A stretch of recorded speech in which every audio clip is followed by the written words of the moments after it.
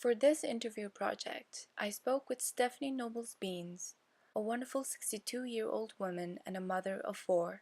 She moved from her hometown in Dallas, Texas to Spokane, Washington, and began working in Whitworth University in 1996 as a coordinator of diversity, equity, and inclusion ministries. She also works as an assistant pastor to a church in Spokane. She shared about her journey as a woman, particularly as a woman of color and as a single mother.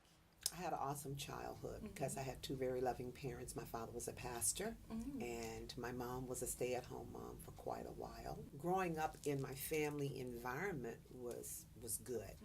I went to Catholic school. I was a good learner, but still, you could tell people kind of like put you down because of the color of your skin, tried to make you feel inferior a little bit. I never will forget when I was a little girl, some teachers called me into a classroom and they had dishes in the room. And it was so funny because they wanted me to set a table. So I set the table using a ladle spoon and all different types of different utensils. Apparently, they didn't think that I knew how to use. And so after it was over and done with, they asked me, was my mother a maid? No, my mother is not a maid. That was really my first, I guess, exposure to racism. And not until ninth grade, there was, you could say, forced busing. So I had to go from my neighborhood into an all-white neighborhood to their school, which was really hard for me. But what was my saving grace, I had several teachers that were African American that were in the school. So I really wasn't subjected to a lot. Yeah. So going back as an older woman of color had its challenges, but I never was really challenged gender-wise. I always instilled in my girls and my son that you can be anything that you want to be. And so when people would challenge them or say some inappropriate things, I would let my girls know what they say doesn't matter. So I would not let my gender put a roadblock on me, but there were others who wanted to put a roadblock on me saying, I don't really think that you can do that. You tell me why I can't. So I got married young. All of my children, while they were little, I didn't work. I was a stay-at-home mom, and that was my decision. If I was going to better provide for my family financially, I needed to do something different. And so when I started working here, I found out about the tuition remission. And so at the age of 44, I made the real decision to come back to college. So at the age of 47, I graduated with my son here at Whitworth University. And to be able to balance that motherhood, work, and going to school when I decided to go was really hard. Well, as a mother, I wanted to make sure that my children had everything that they needed, not what they wanted. We had a roof over our head, we had food on the table. I made sure that they would get their education, the nurturing of them, making sure that they were going to be okay after I had gone through a divorce, and especially with my son, he was the only boy. So making sure that he was going to be okay, and then my baby at that time, who's now 32, making sure that they were okay.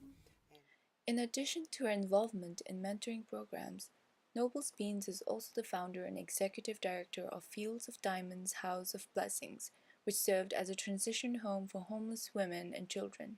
In this segment, I asked her what drove her to build this transition home. I was a victim of domestic violence when I was a little girl. At 13, I was brutally assaulted by a 19-year-old man. And something inside of me had not healed. I went through the journey of being wounded for a long time. And not until someone spoke to me and said, you really have a heart for women and children. I'd volunteer at different places. And not until that day when somebody said, you need to open up a transition home. So I did that for 8 years. And we closed a home in July of last year. 28 women and 25 children later, and decided to close that door so that I could really invest in myself now. Now I'm in my 60s, and I think because I got married so young, I was a young teen mom. I've always taken care of people, children, husband, all of that. Now it's like I think it's going to do something for myself.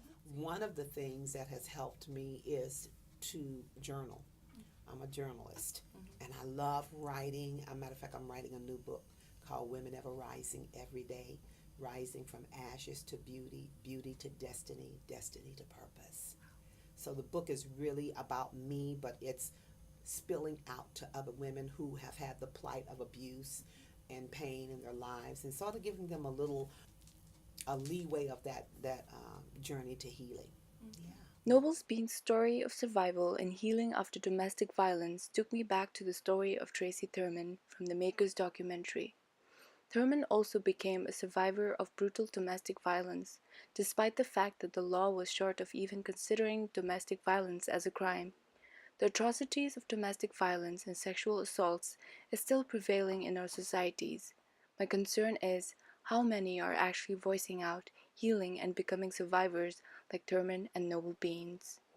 Yeah, I can get radical on certain topics that really tug at my heart, especially when it's women that have been victims of domestic violence and sexual assault. I am truly an advocate for the rights of women and children. So I'm very passionate about justice. I want to see, because I know what it's like to be mistreated because I'm a woman of color. So when I see injustice, I get very radical. I get very passionate and try not to wear my feelings on my sleeve, but sometimes that falls to the ground like an angry black woman. So for me, it's just standing up for the injustice of all people, all genders, all races.